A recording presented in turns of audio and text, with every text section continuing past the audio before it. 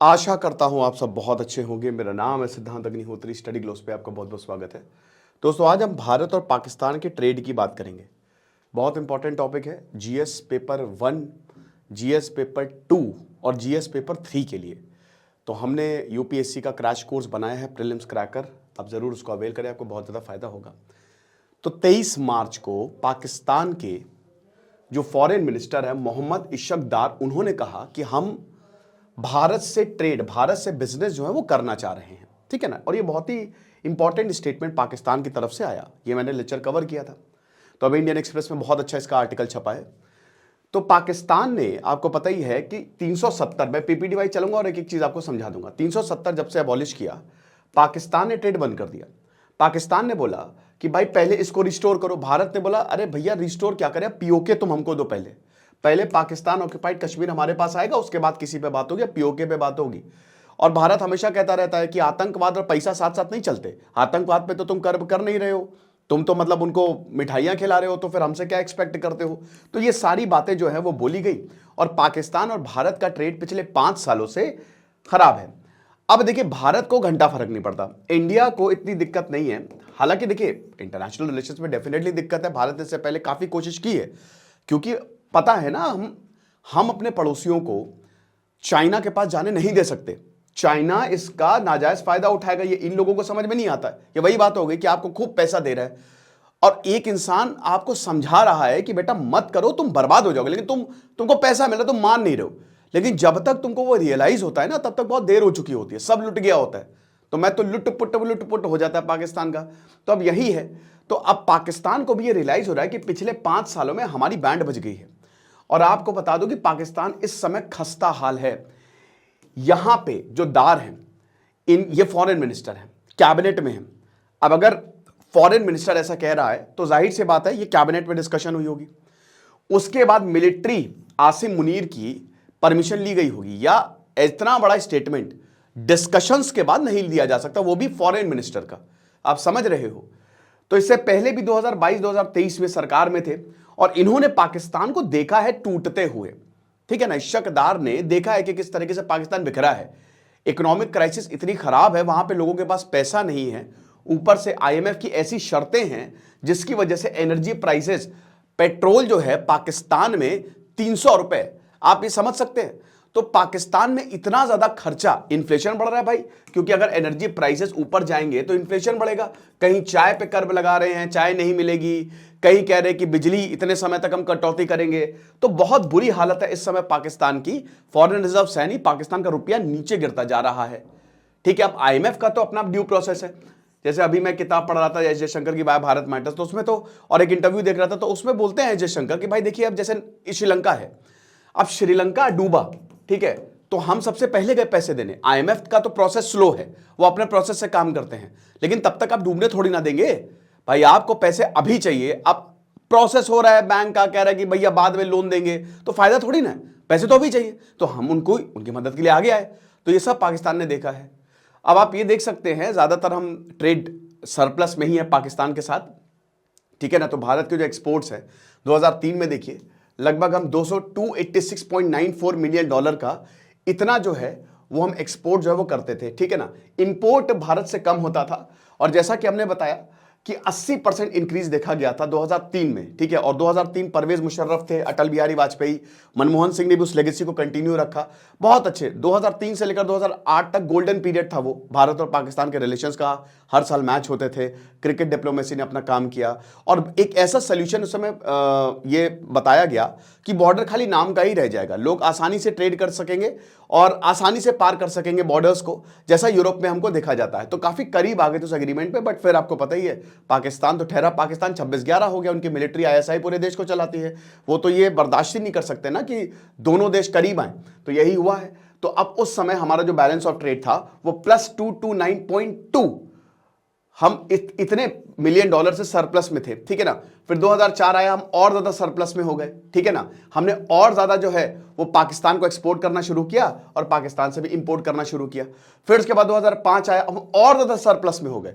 और 2006 में तो दोस्तों बखियाई उधेड़ दी, +1026.4%, 92.64% का, ये सॉरी 1026 मिलियन डॉलर से हम सरप्लस में थे, हमने पाकिस्तान को बहुत बेचा, ठीक है, और पाकिस्तान ने खरीदा क्योंकि पाकिस्तान को इन सारी चीजों की जरूरत थी। तो एक्सपोर्ट्स आए 1350 मिलियन डॉलर के और इंपोर्ट भी हमने किया। तो टोटल ट्रेड आप देख सकते हैं यहां पे। उसके बाद और ज्यादा 2007 में 1662, समझ रहे, 1662 मिलियन डॉलर का हमारा सरप्लस था। लेकिन 2008-9 में देखिए फिर ये आपको डिक्रीज होता हुआ दिखेगा, ठीक है। डिक्रीज क्या होता हुआ, तो अब देखिए फिर 2011 में 26-11 के बाद भी हमने ट्रेड जो है वो कंटिन्यू रखा, ऐसा नहीं ट्रेड हमने खत्म कर दिया, ठीक है। लेकिन यहां 2019 के बाद से ट्रेड हमारा खत्म रहा। हम पाकिस्तान से ट्रेड सरप्लस में रहे, आप देख सकते हैं, ठीक है ना। और हमने आखिरी जो ट्रेड 1571 मिलियन डॉलर पे, तो भारत का तो फायदा ही है और पाकिस्तान का भी इसमें फायदा है। पाकिस्तान को जो प्रोडक्ट है वो सस्ते में मिलते हैं, अच्छे मिलते हैं, तो हमारा ट्रेड सरप्लस था। लेकिन उस पिछले 5 सालों से भारत और पाकिस्तान का ट्रेड जो है वो बंद है। पाकिस्तान कहता है कश्मीर इशू को सॉल्व करो, भारत कहता है पहले आतंकवाद को सॉल्व करो, पीओके पे बात होगी। तो यहां पे यही बोला कि भारत और पाकिस्तान ट्रेड कर रहे हैं डायरेक्टली नहीं इनडायरेक्टली, दुबई से या बाकी देशों से हम भारत के प्रोडक्ट्स को खरीद रहे हैं। लेकिन जो प्रोडक्ट एग्जांपल के तौर पे 100 रुपए का मिलता था वो अब हमको 400 रुपए का मिल रहा है। क्यों? क्योंकि आप दूसरे देश से खरीदोगे तो उसमें लॉजिस्टिक, सप्लाई, टैरिफ उनका, तो बहुत ज्यादा पैसा जो है वो लग जाता है। तो अब हम डायरेक्ट ट्रेड की मांग कर रहे हैं कि सीधा भारत से खरीदो। ये दूसरे देशों से घूम फिर के आने का मतलब क्या है? सीधा भारत से बिजनेस करो, बढ़िया है। पाकिस्तान की जो रिलेटिव पावर है, आपको बता दूं कि वो लगातार डिक्लाइन हुई है। भारत और पाकिस्तान की जीडीपी का गैप लगातार बढ़ता जा रहा है, ठीक है। वैसे तो 20-25 गुना, लेकिन जो पाकिस्तान के खुद कह रहे हैं मिनिस्टर्स कि ये 10 गुना कम हो गया है। मतलब आप ये समझिए कि भारत की जीडीपी 10 टाइम ज्यादा है पाकिस्तान से, और अभी ये और ज्यादा गैप जो है वो बढ़ता जा रहा है। अगर कुछ नहीं हुआ तो पाकिस्तान बर्बादी हो जाएगा। भारत ने पाकिस्तान का बहुत साथ दिया। अब आप देखिए कि जब तक भारत ट्रेड करता रहा, ये बहुत बड़ी बात है, 2019 तक, तब तक पाकिस्तान में इकोनॉमिक क्राइसिस नहीं था। लेकिन जैसे ही ट्रेड बंद हुआ 2019 के बाद से तो इकोनॉमिक क्राइसिस शुरू हुआ है ना। तो ये चीज है। उसके बाद अफगानिस्तान, तालिबान ले आया, पाकिस्तान कह रहा है बहुत बढ़िया। पाकिस्तान का एक अच्छा खासा जो भी छोटा मोटा पैसा है वो मिलिट्री में लगा देता है, ठीक है ना, कि चलो मिलिट्री में लगा दो, न्यूक्लियर बॉम्ब बनाओ, क्या बकवास है, ठीक है। अफगानिस्तान से ऑलरेडी इनके रिलेशन खराब है, ईरान से भी बहुत ज्यादा रिलेशन खराब हो गए, ठीक है ना। तो दोनों देशों से अच्छे खासे रिलेशन जो हैं वो खराब हैं, ठीक है ना। अफगानिस्तान से भी, ईरान से भी, जो कि इंपॉर्टेंट ट्रेडिंग पार्टनर है। तो पाकिस्तान किसकी तरफ जाएगा? तो अब पाकिस्तान को भी पता चल रहा है कि भाई बहुत मुश्किल होगा, हमको भारत की तरफ देखना ही होगा। अब सीरियसली ले क्या? बिल्कुल ले, क्योंकि भाई ये किसकी तरफ से आए हैं? ये आए हैं उनके फॉरेन मिनिस्टर की तरफ से। जो भी बोला गया है ये उनकी फॉरेन मिनिस्ट्री द्वारा बोला गया है। हालांकि पाकिस्तान में इस पे एग्रीमेंट होगा, इस पे एक बहुत बड़ा इशू है, क्योंकि कश्मीर उनके लिए बहुत ही बड़ा मुद्दा है, ठीक है ना, खाली उनके लिए। तो कश्मीर सरकार के लिए, आर्मी के लिए बहुत बड़ा मुद्दा, और आर्मी क्या इस पे हामी भरेगी? तो ये भी एक। अभी 2021 में पाकिस्तान शुगर और कॉटन जो है वो बेच रहा था, मतलब वो खरीद रहा था भारत से, ठीक है ना। लेकिन उसके बाद अगेन इसको रिवर्स कर दिया गया, इसको भी 2021 के बाद जो है वो बंद कर दिया गया। और जैसा कि हमने बताया, बाकी दोनों देशों से भी इनके रिलेशन जो है वो बहुत ही ज्यादा खराब हुए। चैलेंजेस बहुत है।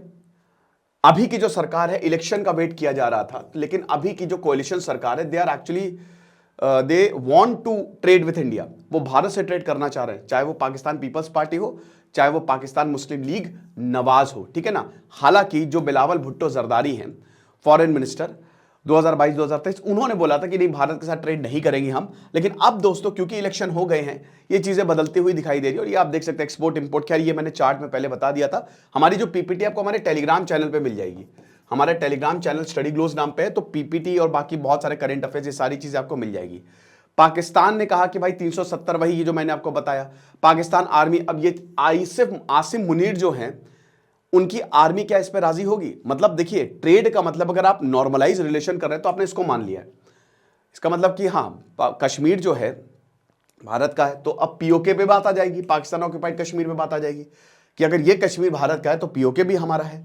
तो अब यहां पे आर्मी क्या इसको होने देगी, ये एक बहुत बड़ा डाउट है। बट मुझे लगता है ये जो डिसीजन या जो स्टेटमेंट दिया गया है, और इसमें कोई इतना बवाल नहीं हुआ है, इसको पॉजिटिवली लिया गया है।